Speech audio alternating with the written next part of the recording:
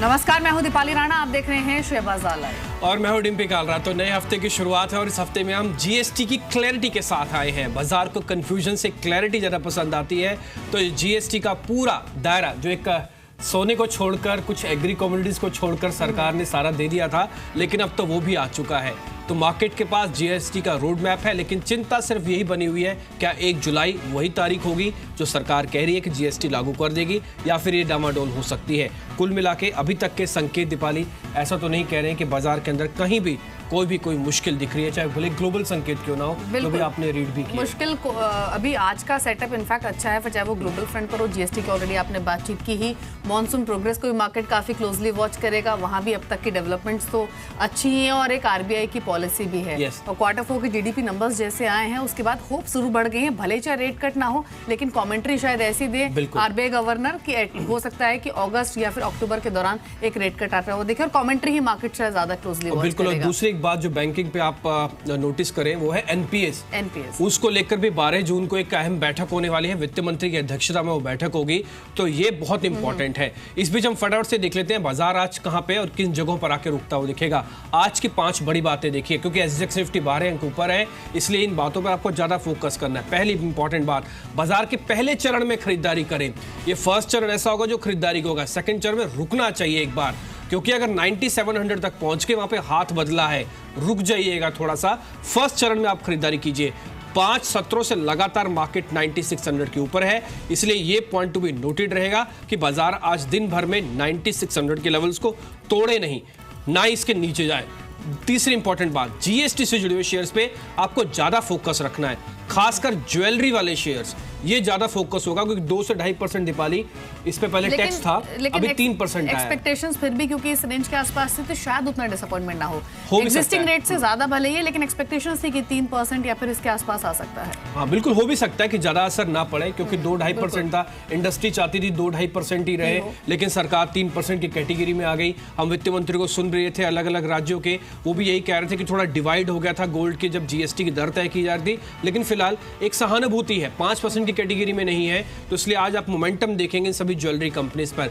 ज्यादा खरीदारी नहीं लें, पोजीशन को संभालें, ये बहुत इंपॉर्टेंट है मार्केट के अंदर, क्योंकि अब बाजार के पास पोजीशन संभालना ये अपने आप पे अहम चीज है। ऐसा ना हो कि आप जल्दी खरीदारी करें। पोजीशन संभालने के लिहाज से ये इंपॉर्टेंट है डिम्पी कि आप ये बताएं व्यूअर्स को कि आज का दायरा क्या रह सकता है, फिर एक्चुअली टारगेट्स क्या होंगे। 9700 के अचीव कर लेंगे, 9650 के ऊपर तो बंद हो गए हम पिछले सत्र में। 9700 बाजार के लिए बहुत अहम लेवल है। ये ना केवल हाथ बदला रेंज है, बल्कि उस रेंज का है जिसमें हम जीएसटी और काफी सारी चीजें हम डिस्काउंट करके खत्म हो जाएंगे।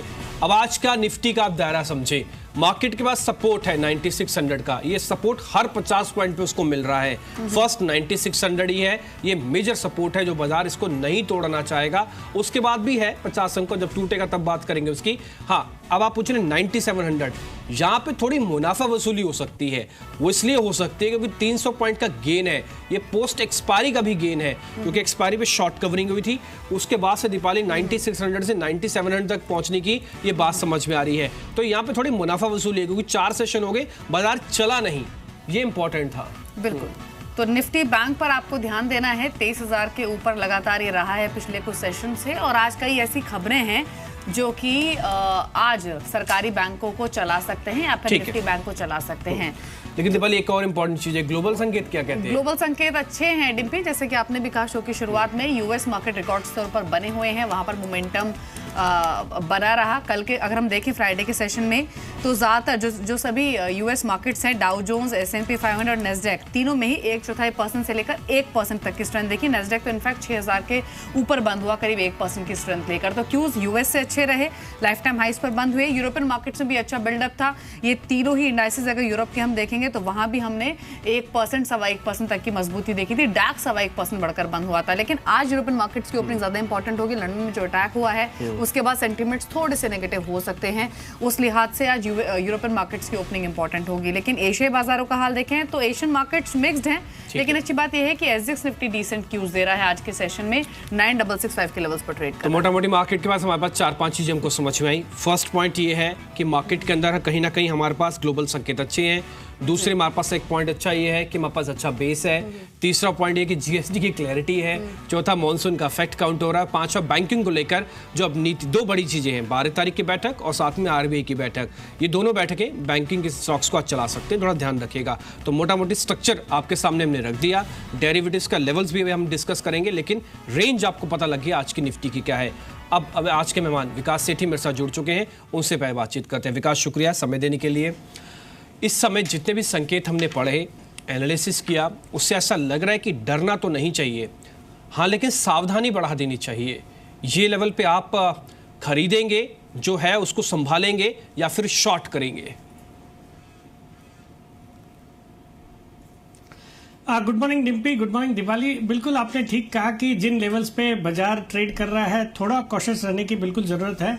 बट अगर आप देखो पिछले 8-10 दिनों में जो बाजार का ट्रेंड रहा है, तो जहां निफ्टी एक और लगातार नए हाईज बना रहा है, या निफ्टी के जो कंपोनेंट है मेजर, जैसे एफएमसीजी स्टॉक्स है, लीवर है, आईटीसी है या आईटी कंपनीज है, वहां पे तेजी होने के कारण निफ्टी में तो बिल्कुल लाइफ टाइम हाई पे टच चल रहा है। बट मिड कैप्स में जो 8-10 दिन पहले गिरावट आई थी, वहां से वो अभी तक अपने नए हाईज पे नहीं आए हैं। वहां पे अभी भी 10-15% के करेक्शन के साथ ही वो ट्रेड कर रहे हैं। तो मुझे लगता है जो मिड कैप्स है, क्वालिटी मिड कैप्स, जहां पे अच्छे फंडामेंटल्स है, अच्छे नतीजे आए हैं और आने वाले क्वार्टर्स में अच्छा करने की उम्मीदें हैं, वहां पे बिल्कुल नजर होनी चाहिए और खरीदारी करने के मौके ढूंढने चाहिए। बाकी निफ्टी के स्टॉक्स में थोड़ा cautious trading point of view से रहने की सलाह रहेगी। जी, इनफैक्ट मिस्टर सेठी, आपने भी एफएमसीजी का जिक्र किया और हमने देखा भी पिछले पूरे हफ्ते डिफेंसिव्स आगे आके परफॉर्म कर रहे थे, फिर चाहे वो डिम्पी फार्मा हो या फिर एफएमसीजी स्टॉक्स हो। ये एफएमसीजी या फिर फार्मा में बाइंग रहने वाली है क्या आज, या फिर अग्रेसिव सेक्टर्स भी आगे आ सकते हैं लाइक सरकारी बैंक या फिर प्राइवेट बैंक्स आज के लिए स्पेसिफिकली मिस्टर सेठी? नहीं, मुझे लगता है, देखिए, ये आज के लिए मुझे लगता है ये जो बैंक्स है वो एज ए सेक्टर अच्छा लगता है। फिर जो जीएसटी के कल जो दरें तय हुई है उसके कारण से ज्वेलरी फोकस में रहना चाहिए, टेक्सटाइल्स फोकस में रहना चाहिए। फिर मुझे इंफ्रास्ट्रक्चर एज ए सेक्टर बहुत ही अच्छा लग रहा है इन लेवल्स पे। और जहां तक एफएमसीजी का सवाल है, फार्मा का सवाल है, चूंकि बहुत फार्मा जो सेक्टर है वो तो बहुत पिटा हुआ था, तो वहां से एक स्वाभाविक है कि नीचे के लेवल्स पे लंबी अवधि के निवेशकों की बाइंग आएगी, तो वही हम देख रहे हैं। और बाकी एफएमसीजी भी जीएसटी का एक बेनिफिशियरी है और मॉनसून ठीक होने जा रहा है, तो उसका एक पॉजिटिव इंपैक्ट रहेगा। बट वो ऑलरेडी बढ़ चुका है, वैल्यूएशंस थोड़े एक्सपेंसिव हो गए, तो गिरावट का इंतजार करें वहां पे। ठीक है, तो कई सारे सेगमेंट्स बताए हैं मिस्टर सेठी ने आज के सेशन में, जहां पर एक्टिविटी दिख सकती है। जेम्स एंड ज्वेलरी हुई, टेक्सटाइल स्पेस हुआ, इंफ्रास्ट्रक्चर, ये परफॉर्म कर सकते हैं। लेकिन अब डेरिवेटिव डेटा को देख लेते हैं, क्योंकि इंडेक्स ट्रेडर्स वेट कर रहे होंगे कि क्या अप्रोच वहां रही है ट्रेडर्स की पिछले सेशन में, ताकि एक सेंस मिल सके कि एग्जैक्टली इंडेक्स को लेकर अभी बायस है क्या इंडिकेशन मिल रही है डिम्पी? देखिए दीपाली, 4-5 चीज़ें हमने निकाली है डेरिवेटिव्स के पॉइंट ऑफ व्यू से जो बहुत इंपॉर्टेंट है मार्केट के अंदर। एक पहली इंपॉर्टेंट चीज़ मार्केट के अंदर ये है कि आपको 9600 को रिस्पेक्ट करना है बजाय 9700 के पहुंचने के। 9600 पे आपको रखना है, क्योंकि शॉर्ट कवरिंग है अभी निफ्टी के अंदर। ये मोमेंटम उतना फास्ट नहीं जितना फास्ट हम एक्सपेक्ट कर रहे हैं, इसलिए रुक रुक कर खरीदारी यार। वैसे भी अगर आप 4 दिन का डाटा भी देखेंगे ना, तो आपको इसी क्लियर समझ में आ जाएगा कि बाजार के अंदर अभी खरीदारी उतनी फास्ट है नहीं। इंडिया विक्स में 4% गिरावट है, इट्स अ गुड साइन। ये रिवर्स ऑर्डर में चलता है, it's a good sign. Nifty June futures में 8 अंकों का डिस्काउंट आ चुका है, ये बैड साइन। इसलिए जो मिक्स है ना मेरे साथ, ये मेरे को थोड़ा सा प्रॉब्लम कर रहा है। मेरी कन्विक्शन उतना स्ट्रांग नहीं कर रहा है कि मैं एकदम से आऊं, बाजार खुले और मैंने 10 लॉट ले लिए। ये वो वाली बात नहीं है। आपको 10 लॉट लेने हैं, आपको रुक रुक के लेने होंगे। आपको हर 20 पॉइंट पे पर ध्यान रखना होगा कि निफ्टी स्लिप ना मार जाए, निफ्टी एकदम से ऊपर ना आ जाए। इसलिए इन चीज़ों पर आपको ध्यान देना है।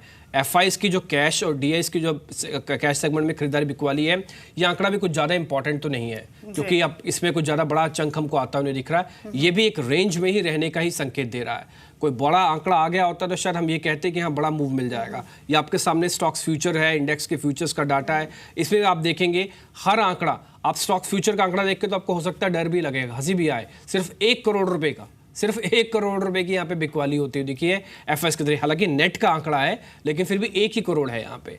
तो एफआईएस का कुल मिला के जो रुझान है मार्केट पे, वो भी नहीं कहता कि हम बहुत बड़ी एक रेंज ब्रेकआउट की तैयारी में है वापस। और मैं एक बात आपसे कहूँ, ये मैं आपको एक्सपीरियंस के बेसिस बोल रहा हूँ, शायद बाजार इसमें बैंकिंग और जीएसटी को ना थोड़ा और समय देना चाहता है।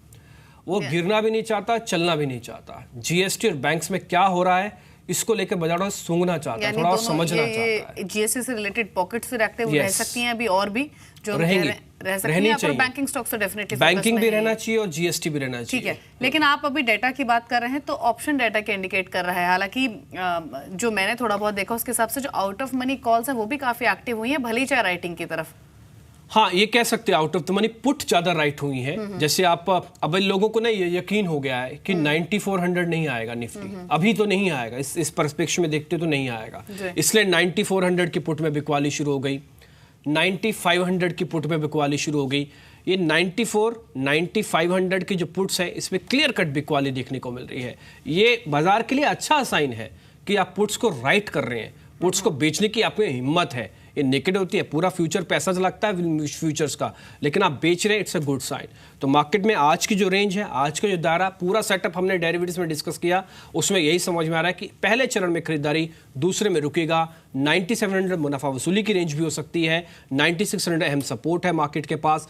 आज की रेंज इसी 100 पॉइंट में घूमता हुआ दिखेगा। बैंक निफ्टी ज़्यादा अच्छा लग रहा है, ये करीब 23000 का एक सपोर्ट के साथ अच्छा प्ले करेगा। तो निफ्टी, बैंक निफ्टी, ऑप्शंस, ये उम्मीद तो करते हैं, हमने आपके सामने सभी एनालिसिस करके उतार दी है। बिल्कुल, तो 9700 को अप्रोच करने की कोशिश कर सकता है आज निफ्टी, और ज्यादातर एक्सपर्ट्स का व्यू यही है कि कोई भी ऐसे फैक्टर या फिर ट्रिगर्स नहीं है जिनको देखते हुए आपको बियरिश होने की जरूरत है। लेकिन हाँ, अगर 9700 पर निफ्टी पहुंचे तो वहां पर कॉशियस हो सकते हैं या फिर मुनाफा वसूली थोड़ी सी कर सकते हैं जब 9700 के लेवल्स पर हम पहुंचे आज के सेशन में। कुछ स्टॉक्स F&O बैन में, हाँ F&O बैन में आपके सामने लिस्ट चल भी रही है, इसमें 5 शेयर है वैसे तो, लेकिन 2 शेयर तो ADAG ग्रुप के ही हैं, रिलायंस कम्युनिकेशन और रिलायंस कैपिटल। तो इन दोनों पर थोड़ा सा संभल कर ट्रेड करें। कुछ बयान भी आए हैं, रेटिंग एजेंसीज की भूमिका को लेकर भी सवाल खड़े हुए हैं। तो आरकॉम आज फिर से एक्टिव रहने वाला है, लेकिन ध्यान रखें F&O में आप पोजीशंस मत लीजिएगा, पेनल्टी लगेगी, तो इसलिए कैश में ही लीजिएगा जो भी लेना है आपको। ट्रेड देख सकते हैं, वैसे तो मैं आपसे अपने से ये बात बिल्कुल गुजारिश के तौर पे करना चाहूंगा कि हाई डेट कंपनीज के लिए पुल बैक के लिए प्ले मत कीजिए, चाहे वो ADAG है चाहे गैर ADAG है, वही बेटर, हाँ वो बेटर ज्यादा रहेगा कि आप ज्यादा डेट वाली कंपनीज में हाथ ही मत मारिए, उसका पुल बैक ही मत देखिए, भले 25% टूटता हुआ दिखेगा मत देखिए, 25% चलते हुए शेयर को पकड़ लीजिए जो अच्छा है, बजाय इस डेट वाली कंपनीज को पकड़ने के। ठीक है, तो ओवरऑल आज की ओपनिंग से पहले इंटरनेशनल मार्केट से क्यूज न्यूट्रल हैं, DIs की अप्रोच पॉजिटिव रही है, 222 करोड़ की बाइंग हुई है। FIs थोड़ा सा बैकफुट पे रहे हैं, हमने देखा पिछले सेशन में उन्होंने बिकवाली की है, क्वांटम बहुत ज्यादा नहीं हालांकि, लेकिन सेंटिमेंट्स, टेक्निकल और F&O स्टैटिस्टिक इंडिकेट कर रहे हैं कि अच्छी ओपनिंग आज के सेशन में हो सकती है। मिस्टर सेठी, इंडेक्स पर तो आपने राय रखी शो की शुरुआत में, लेकिन ये बताइए आपके रडार पर आज स्टॉक्स कौन से हैं, आपके ट्रेडिंग आइडियाज क्या हैं? देखिए दीपाली, मैंने अपने नोट में 5 स्टॉक्स भेजे हैं जहां पे खरीदारी करने की सलाह रहेगी, जिसमें जो पहला स्टॉक रहेगा वो आज जो डेवलपमेंट्स हुए ओवर द वीकेंड जीएसटी की दरों को लेके, तो उस पर डिपेंडेंट है। जेम्सन ज्वेलरी सेक्टर से मुझे पीसी ज्वेलर्स मैंने पिक किया है ट्रेडिंग पॉइंट ऑफ व्यू से, और वहां मेरा टारगेट रहेगा 525 रुपए का। इसके अलावा मुझे जेन इरिगेशन पसंद है, मुझे लगता है मानसून इस बार अच्छा होने जा रहा है, एक फंडामेंटल कंपनी के काफ़ी सुधार देखने को मिला है, नतीजे तिमाही बहुत ही अच्छे थे, प्रोमोटर्स और एक मॉरिशस बेस्ड फंड ने भी फंड्स इन्फ्यूज करे हैं, उसके बाद से इंटरेस्ट कॉस्ट भी कम हुआ है, तो ऑल इन ऑल बहुत अच्छी ग्रोथ अपॉर्चुनिटी है। मुझे लगता है जेन इरिगेशन लंबी अवधि के लिहाज से भी और आज ट्रेडिंग के लिहाज से भी खरीदारी करने की सलाह रहेगी। तीसरा स्टॉक रहेगा टाटा कम्युनिकेशन का। यहाँ पे भी हमने देखा कि जो नतीजे आए थे वो खराब थे और उसके बाद बहुत पिटाई हो गई थी स्टॉक की, और वहां से अच्छी खासी रिकवरी देखी हमने 3-4 दिनों में, बट मुझे लगता है ये रिकवरी आगे भी कंटिन्यू रहनी चाहिए, इसमें आगे पॉजिटिव ट्रिगर्स भी नजर आते हैं, तो Tata communication would be a buy. चौथा स्टॉक रहेगा अरविंद का, जो कि एक रेडीमेड गारमेंट स्पेस से है, जो कि जीएसटी की दरों का बेनिफिशियरी होगा, तो वहां पे मेरे टारगेट है 395 के। और जो 5वां स्टॉक रहेगा वो एक स्मॉल कैप आइडिया है कैश मार्केट सेगमेंट से, वास्कॉन इंजीनियर्स। ये स्टॉक अफोर्डेबल हाउसिंग सेगमेंट में काम करती है ये कंपनी, और अच्छे डेवलपमेंट्स हुए हैं, मुझे लंबी अवधि में ये स्टॉक अच्छा लगता है और आज भी इस स्टॉक में तेजी रहनी चाहिए। तो 5 ट्रेडिंग कॉल्स बताई हैं, लेकिन सबसे पहली कॉल मुझे ज्यादा इंटरेस्टिंग लगी, पीसी ज्वेलर्स बाय करने की सलाह दे रहे मिस्टर सेठी।